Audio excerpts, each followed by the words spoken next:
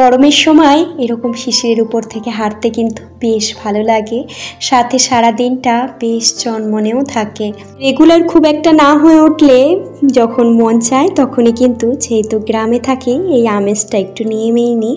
ঘরে এসে একটু লেবু জল খেয়ে তারপরে কিন্তু একটু ফ্রেশ হয়ে নিয়েছি। তোমাদের দাদা ভাইরা ছুটি ছিল, সেই তো আজকে একটুখানি চিংড়ি মাছ, এই বাজার দিয়ে ধনে পাতা এগুলো একটু নিয়ে এসেছে।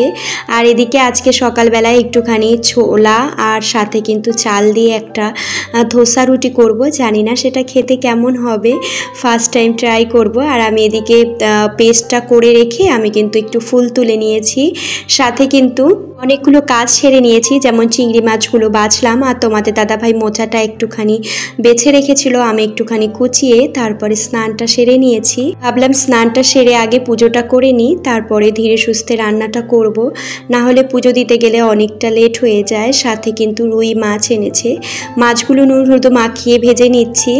আর এদিকে মাছগুলো ভাজা হয়ে গেছে, আর এদিকে কিন্তু আমি চিংড়ি মাছটাও ভেজে নিয়েছি। আর ফাঁকে কিন্তু আমার ছেলে দুটো চিংড়ি মাছ নিয়ে পালিয়েছে। এই যে মোচাটা চিংড়ি মাছ দিয়ে করছি, এটা যে আমার ছেলে কি পছন্দ করে বলে বোঝাতে পারবো না।